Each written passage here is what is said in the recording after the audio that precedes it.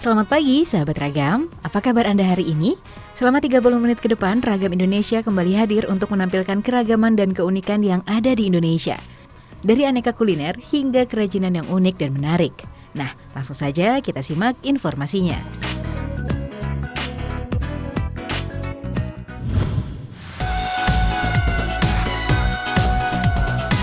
Sahabat pasti kenal dengan buah salak. Rasanya manis bercampur kecut dan sedikit sepat. Salak terkenal dengan julukan snake fruit karena memiliki tekstur kulit yang menyerupai kulit ular. Sahabat, selain buahnya, ternyata kulit buah salak juga bermanfaat loh. Kulit salak yang biasanya dibuang dan tidak terpakai diolah sedemikian rupa menjadi minuman teh yang menyegarkan. Yuk, kita lihat pembuatannya. Pertama-tama tentunya kumpulkan kulit buah salak sebanyak-banyaknya, minimal 100 gram kulit salak. Kemudian cuci hingga bersih kulit salak dari pasir dan serabut yang masih menempel. Selanjutnya rebus kulit salak. Tujuannya untuk menghilangkan rasa dan aroma langu pada kulit salak. Oh iya, tahukah sahabat, kulit salak mengandung senyawa ferulik dan cinnamic acid yang penting dalam proses perbaikan pankreas pada penderita diabetes. Selain itu, kulit salak juga mengandung senyawa yang dapat mengurangi konsentrasi gula darah. Untuk menambah cita rasa pada teh kulit salak, dibuat juga varian rasa seperti coklat dan vanili untuk non-diabetes. Wah, sudah jadi nih teh kulit salaknya. Rasa yang segar tidak kalah dengan daun teh pada umumnya. Selain buahnya yang enak, ternyata kulitnya juga bermanfaat ya sahabat. Apalagi mengetahui kandungan zat yang sangat berguna untuk tubuh kita. Selamat mencoba ya!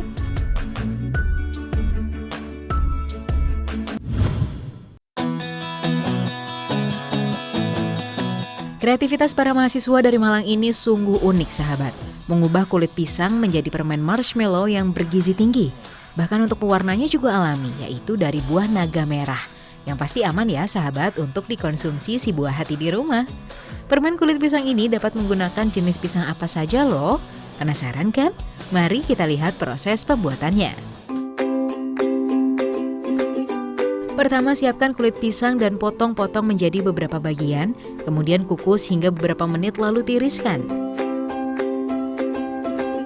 Tiriskan kulit pisang melalui 2 tahap.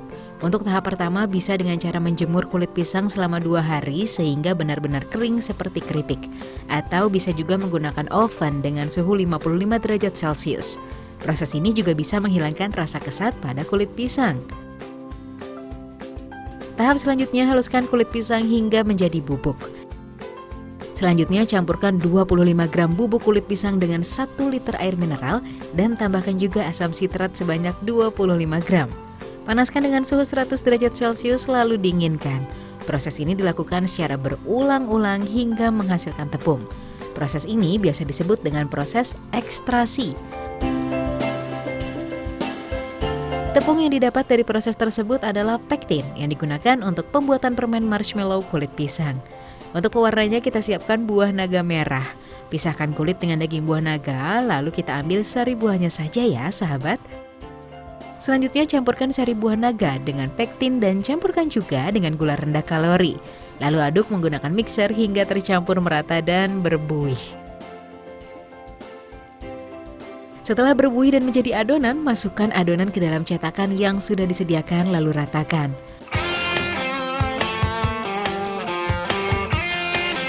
Tunggu hingga beberapa saat dan permen marshmallow pun siap disantap. Yummy! Oh iya, selain lezat, permen marshmallow kulit pisang ini mengandung pektin yang tinggi. Pektin berfungsi untuk mengikat kolesterol dalam darah dan baik untuk jantung.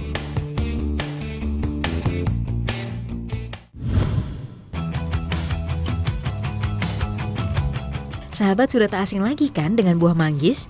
Buah yang memang berasal dari Asia kini gencar diberitakan sejuta manfaatnya, terutama yang terletak pada kulit buah yang seringkali diabaikan masyarakat yang mengonsumsinya. Di balik rasa pahit dan anyir dari kulit manggis ini, terdapat beribu khasiat yang sangat baik. Di antaranya dapat mengobati dan mencegah kanker, mencegah penyakit jantung, mengatasi diare, serta meremajakan kulit dan mencegah penuaan dini. Kali ini kita akan mengolah kulit manggis menjadi biskuit yang lezat. Pertama, cuci kulit manggis hingga bersih, kemudian kerok kulit manggis untuk diambil bagian dalamnya lalu giling hingga halus. Jangan lupa diberi sedikit air ya. Selanjutnya, haluskan kacang tunggak. Campur sedikit air lalu giling sampai halus. Lalu haluskan juga daun bayam dan daun sawi yang masih segar. Daun bayam, daun sawi, dan kacang tunggak berguna untuk melengkapi kandungan gizi yang terdapat pada kulit manggis. Nah, sekarang tinggal membuat adonan biskuitnya. Pertama, masukkan telur ayam dan gula pasir. Aduk menggunakan mixer. Setelah itu tambahkan mentega, tepung terigu, kacang tunggak halus, dan serbuk rumput laut. Aduk hingga merata. Jangan lupa juga campurkan kulit manggis halusnya ya, sahabat. Aduk terus adonan hingga kalis. Agar tekstur biskuitnya lembut dan renyah, adonan ini bisa juga ditambahkan dengan baking soda. Tuang adonan yang sudah mengembang dan pipihkan dengan ketebalan sekitar setengah sentimeter saja, kemudian cetak adonan. Susun adonan pada loyang yang sudah diolesi mentega, kemudian oleskan kuning telur di atas adonan agar adonan tidak pecah saat dipanggang nanti. Panggang menggunakan oven selama 1 jam, dan biskuit kulit manggis yang enak dan menyehatkan siap dinikmati.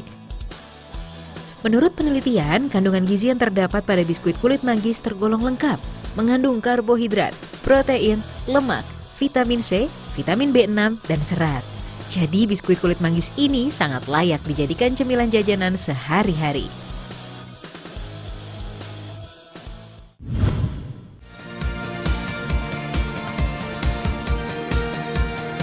Setelah sahabat melihat olahan dari kulit, kali ini Ragam Indonesia akan mengajak Anda untuk melihat aneka cemilan yang renyah dan bernilai gizi tinggi. Tentunya sahabat sudah tak asing lagi kan dengan cemilan-cemilan yang satu ini? Ya, yang membuat cemilan berikut ini unik adalah bahan pembuatannya.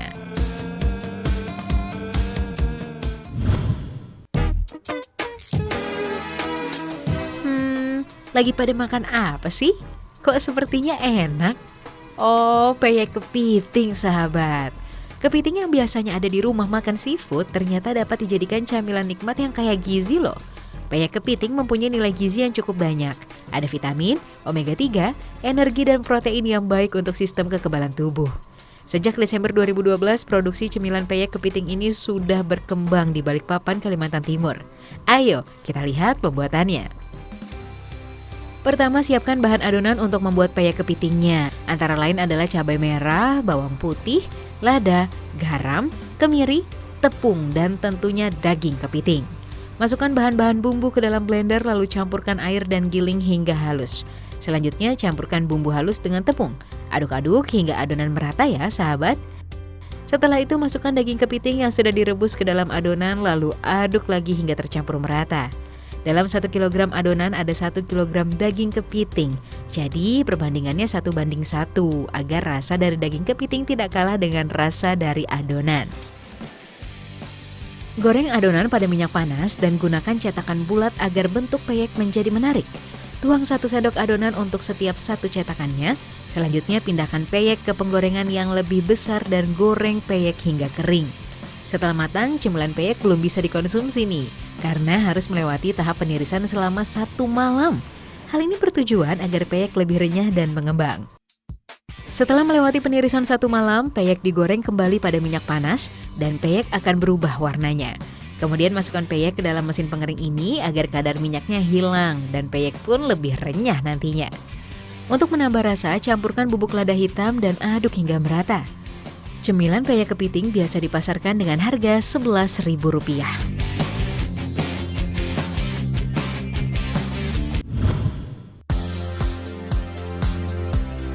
Selanjutnya ada kerupuk wortel.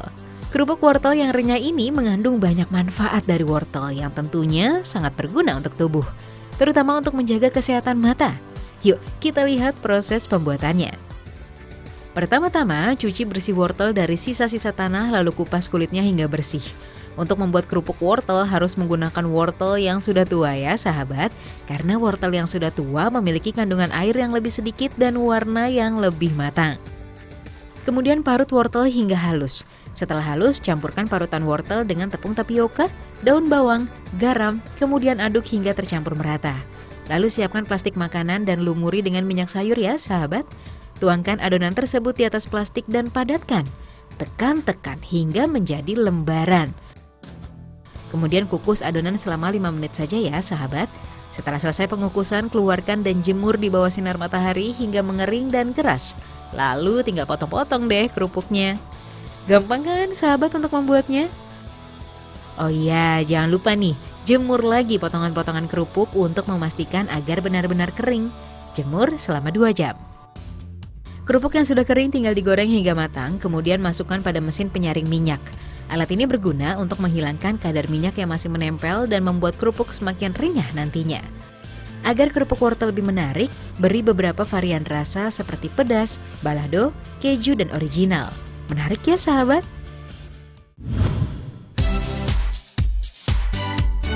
Olahan renyah berikut ini tak kalah menariknya sahabat. Ya, olahan kerupuk siput gonggong yang renyah dan bergizi. Sekarang kita cari siput gonggongnya ya sahabat.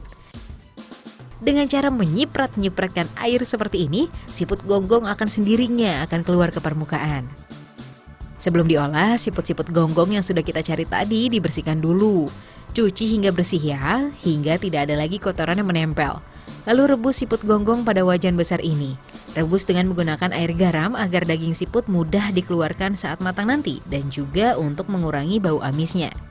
Agar lendir pada gonggong benar-benar hilang, proses perebusan dilakukan kurang lebih selama 45 menit. Setelah proses perebusan selesai, lalu angkat dan tiriskan. Proses selanjutnya adalah mengeluarkan gonggong dari cangkangnya. Daging siput gonggong berwarna putih. Tekstur dagingnya kenyal dan memiliki kandungan protein yang tinggi serta kandungan lemaknya yang rendah. Selanjutnya giling halus daging gonggongnya, lalu haluskan lagi di blender. Tambahkan campuran bumbu hingga benar-benar halus dan tercampur merata. Sekarang kita buat adonan kerupuknya. Pertama, campurkan tepung terigu dengan tepung kanji matang lalu aduk hingga merata. Adonan inilah yang akan melekatkan dan memadatkan hingga berbentuk kerupuk. Setelah adonan tercampur merata, barulah campurkan gonggong halusnya. Lalu aduk lagi hingga semua bahan menyatu ya sahabat. Selain diaduk secara manual, adonan juga akan melewati proses pengadukan menggunakan alat aduk hingga adonan kalis dan tidak lengket di tangan. Tahap selanjutnya, bagi adonan hingga menjadi beberapa bagian dengan berat sama rata, lalu gulung dan bentuk bulat memanjang. Kemudian kukus adonan kerupuk pada kuali besar, agar adonan matang sempurna, kukus selama 45 menit. Selanjutnya jemur adonan hingga kadar air di dalam adonan kerupuk berkurang. Proses penjemuran ini juga berfungsi agar kerupuk lebih tahan lama nantinya. Setelah dijemur, potong adonan dengan menggunakan mesin. Potong dengan ukuran yang sama rata. Setelah itu goreng pada minyak panas dan kerupuk siput gonggong siap disantap. Menarik kan? Oh iya, kerupuk siput gonggong ini sudah sampai ke Malaysia juga loh sahabat untuk pemasarannya. Jadi tak heran deh bila kerupuk ini memiliki banyak peminat.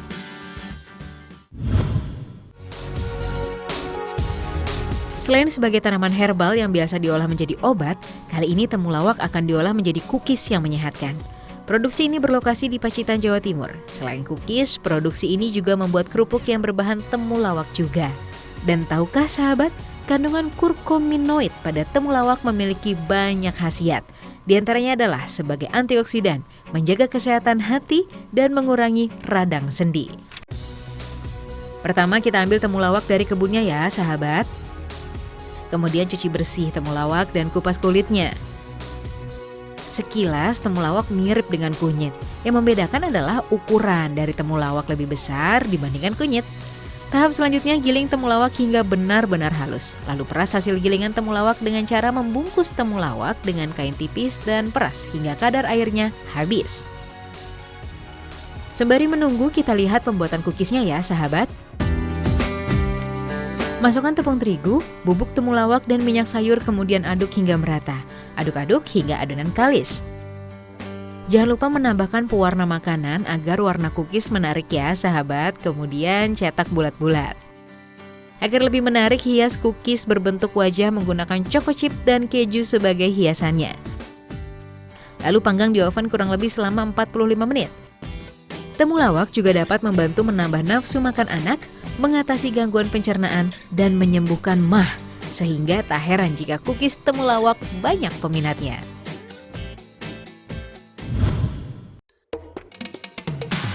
Kali ini Ragam Indonesia akan mengajak sahabat untuk melihat beberapa lukisan yang unik dan cantik. Penasaran dengan lukisan-lukisan unik tersebut? Langsung saja kita simak informasinya. Pertama ada lukisan dengan inovasi baru. Lukisannya menggunakan media pasir yang dibentuk sedemikian rupa di dalam botol hingga menjadi pemandangan yang indah. Pasir yang digunakan berwarna-warni loh sahabat. Warna-warna yang digunakan juga cerah dan bervariasi, sehingga menambah kecantikan lukisan botol pasir ini. Yuk kita lihat pembuatannya.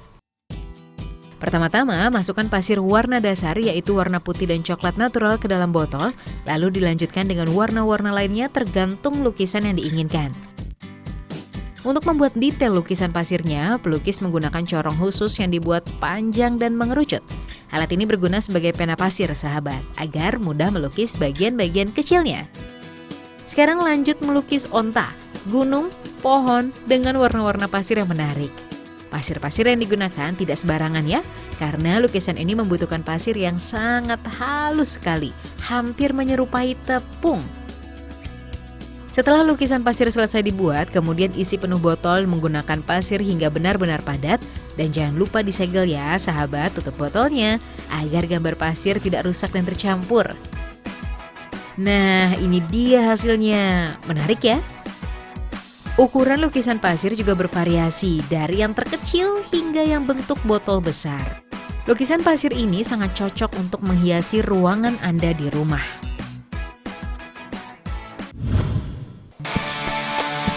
Ada lagi nih sahabat yang tak kalah cantik dan unik, keterampilan melukis dengan menggunakan media air. Menggunakan media air, cat lukis akan lebih mudah membentuk gambar dan bentuk unik yang berbeda dari teknik melukis pada umumnya. Teknik melukis dengan menggunakan media air ini biasa dinamakan teknik emro.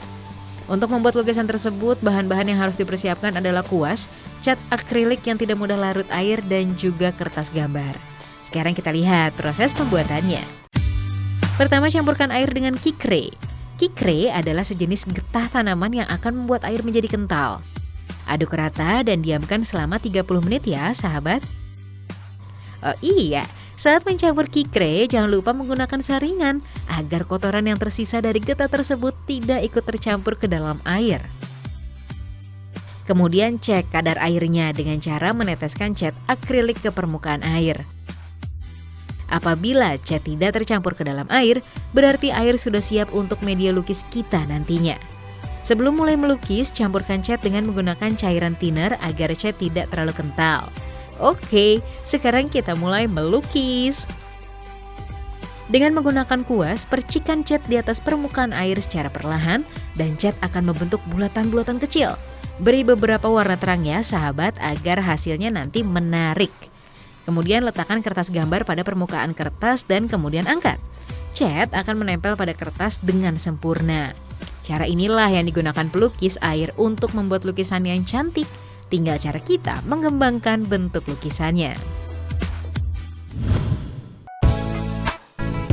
Yang terakhir ada lukisan yang bisa dimakan. Ya, ini adalah jelly art atau biasa kita sebut dengan agar-agar yang dihias dan dilukis sedemikian rupa. Penasaran dengan jelly art? Ayo kita lihat pembuatannya. Seperti pembuatan jelly nih pada umumnya. Masukkan air, gula, dan bubuk jelly. Rebus bahan hingga mendidih dengan api sedang sambil diaduk-aduk terus. Setelah mendidih, tuangkan pada cetakan jelly yang diinginkan. Oh iya, jelly yang digunakan berwarna putih bening ya sahabat, agar lukisan yang akan dibuat nantinya terlihat lebih jelas keindahannya. Sebelum dilukis, masukkan jelly ke dalam lemari pendingin hingga jelly kenyal selama 30 menit. Sekarang kita buat cairan untuk melukisnya. Masukkan susu cair, gula, dan bubuk jelly. Rebus hingga mendidih. Pembuatannya sama dengan pembuatan jelly tadi. Setelah mendidih, bagi jelly ke dalam wadah yang sudah diberi pewarna makanan yang berbeda-beda. Setelah itu aduk agar warna tercampur merata dan kukus agar jelly tidak cepat mengeras. Ini dia sahabat, alat-alat yang digunakan untuk melukis jelly art. Menggunakan jarum suntik yang dibuat khusus untuk mengisi jelly warnanya. Sekarang waktunya melukis. Suntikan jelly warna sedikit demi sedikit pada bagian-bagian yang diinginkan. Gunakan alat-alat lukis ini untuk membuat daun, bunga, dan bagian-bagian yang sulit dibentuk. Keterampilan inilah yang membuat jelly art terlihat menarik dan mungkin sayang untuk dimakan karena bentuknya yang cantik. Apabila sahabat ingin mencicipinya, jelly art biasa dijual dengan harga Rp5.000 hingga Rp80.000. Variannya juga bermacam-macam sahabat, tergantung keinginan konsumen. Wah, menarik ya.